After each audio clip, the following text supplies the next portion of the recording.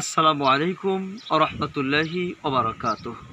প্রিয় ভাই বন্ধুগণ, যাদের জন্য সুসংবাদ রয়েছে দুনিয়ার জীবনেও এবং আখিরাতেও, এ সম্পর্কে মহান আল্লাহ তাআলা কুরআনুল কারীমের সূরা ইউনূস ৬৩ এবং ৬৪ নম্বর আয়াতে বলেন, আউযু বিল্লাহি মিনাশ শাইতানির রাজীম, বিসমিল্লাহির রহমানির রহিম, আল্লাযীনা আমানু ওয়া কানু ইয়াত্তাকুন, যারা ঈমান এনেছে এবং তাকওয়া অবলম্বন করেছে, লাহুমুল বুশরা ফিল হায়াতিদ দুনিয়া ওয়া ফিল আখিরাহ, তাদের জন্য সুসংবাদ রয়েছে দুনিয়ার জীবনেও এবং আখিরাতেও।